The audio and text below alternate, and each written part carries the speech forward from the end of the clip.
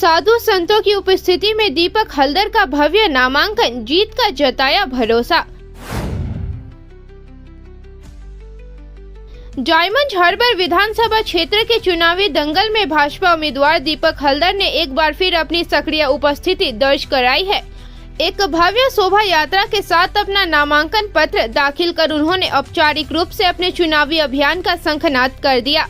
Diamond harbour अनुमंडल शासक के कार्यालय में नामांकन दाखिल करने से पहले एक विशाल पदयात्रा निकाली गई। इस शोभा यात्रा की खास बातें रही बड़ी संख्या में साधु संत की उपस्थिति, जिसने पूरे कार्यक्रम को एक आध्यात्मिक और सांस्कृतिक स्वरूप दे दिया। इसके अलावा भाजपा कार्यकर्ताओं के साथ साथ आम जनता की भारी भीड़ देखी गई। ढोल नगाड़ों की थाप, रंग बिरंगे गुब्बारे और पारंपरिक वाद्य यंत्रों के साथ यह रैली किसी उत्सव से कम नहीं लग रही थी। नामांकन के बाद आत्मविश्वास से लबरेज दीपक हल्दर ने मीडिया से बात करते हुए कहा, यह पदयात्रा केवल एक राजनीतिक कार्यक्रम नहीं है, बल्कि यह जन समर्थन का प्रतिबिंब है।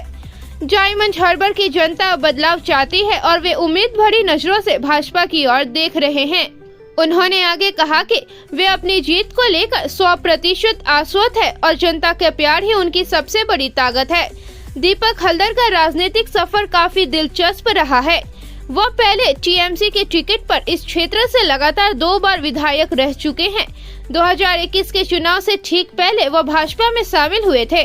2021 में उन्हें टीएमसी के पन्नालाल हल्दर से हार का सामना करना पड़ा था।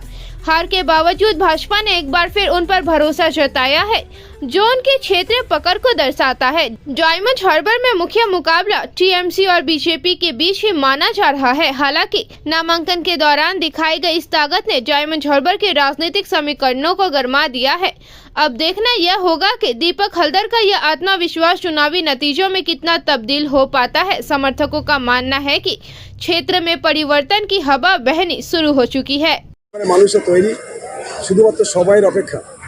তৃণমূল কংগ্রেসের যে অত্যাচার, নিপীড়ন, শোষণ, বঞ্চনা, তোলাবাজি, কাটমানি খাওয়া, যেভাবে সন্ত্রাস, ত্রাস, ডায়মন্ড হারবারে যে দম বন্ধ করা পরিবেশ তৈরি করেছে, তা থেকে বাংলার মানুষের সঙ্গে সঙ্গে ডায়মন্ড হারবারের মানুষ মুক্তি চাইছে। আজকের দিনে আমার আশা, আমার আকাঙ্ক্ষা, ডায়মন্ড হারবারের মানুষের কাছে আমার আবেদন, এই দম বন্ধ করা পরিবেশটাকে দূর করতে হবে। তার জন্য নতুন সরকারের প্রয়োজন এবং নতুন সরকারের জন্য ডায়মন্ড হারবারের মানুষ তৈরি। আমি আজকের ব্যর্থহীন ভাষায় বলতে পারি যে ডায়মন্ড হারবার তো বটেই, সারা পশ্চিমবঙ্গে নতুন সরকার প্রতিষ্ঠিত হয়ে গেছে, শুধুমাত্র সময়ের অপেক্ষা, ঘোষণার অপেক্ষা। আপনার প্রচারে দেখলাম যে স্বামীজিরা অনেকে সামিল হয়েছে, সাধু সন্ত মানুষ।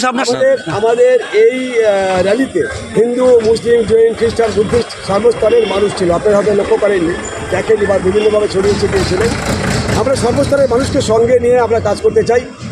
আমাদের ভারতবর্ষের প্রধানমন্ত্রী নরেন্দ্র মোদীজি বলেছেন, সবকা সাথ সবকা বিকাশ, অর্থাৎ সর্বস্তরের মানুষের বিকাশই হচ্ছে আসল বিকাশ। সে কারণ কোনো একটি সম্প্রদায়কে বাদ দিয়ে নয়, সর্বস্তরের সম্প্রদায়কে, সর্বস্তরের মানুষকে নিয়ে আমাদের কাজ। আমাদের যে লড়াই পশ্চিমবঙ্গে, সেই লড়াই জারি থাকবে এবং নিশ্চিত করে পশ্চিমবঙ্গে নতুন সরকার প্রতিষ্ঠিত হবে। নতুন সরকারের নেতৃত্ব দেবেন বাংলার পদ্ম ফুল।